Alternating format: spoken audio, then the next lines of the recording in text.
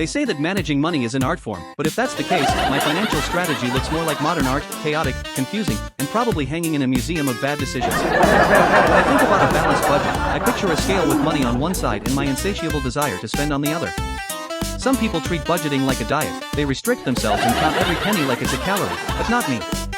My idea of a balanced budget is spending until my account hits zero, which I like to call the living on the edge strategy. Who needs savings when you can have instant gratification? I recently decided to take a look at my finances after a particularly wild shopping spree. Spoiler alert, I didn't find much.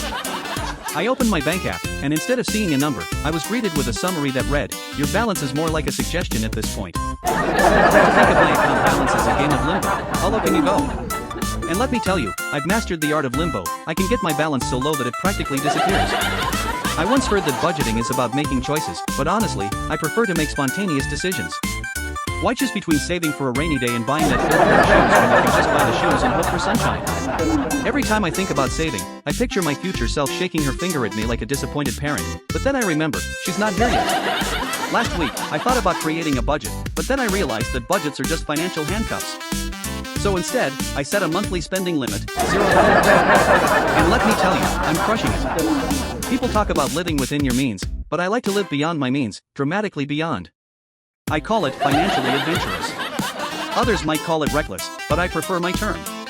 And sure, every time I swipe my card, I feel a rush of excitement. It's like a mini rollercoaster ride. You know the feeling, that moment when your heart races as you wait for the approval beep, praying it doesn't turn into a decline buzz.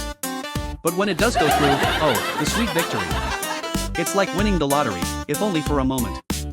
I find it hilarious how financial experts preach about the importance of an emergency fund.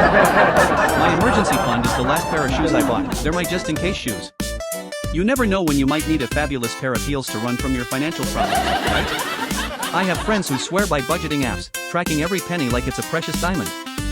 I tried one once, but I ended up with more notifications than I have friends. Every time I opened the app, it felt like my phone was judging me. Really? Another impulse buy at 2 a.m.? So now, I just ignore my finances until it feels like a surprise party. I love surprises, especially when I open my bank app and yell, "Oh, look! I have a zero balance." What a fun twist. I've learned to embrace the thrill of not knowing whether I can afford my next meal or if I'll have to live off ramen for the next week. And yes, I know they say money can't buy happiness, but have you ever tried walking into a store with a full wallet? It's like entering a candy store, everything looks delicious, and I want to take it all home with me. I once bought a fancy blender because I thought it would change my life. Spoiler alert, I still hate smoothies. But hey, at least I have a blender that can make me a smoothie while I contemplate my life choices.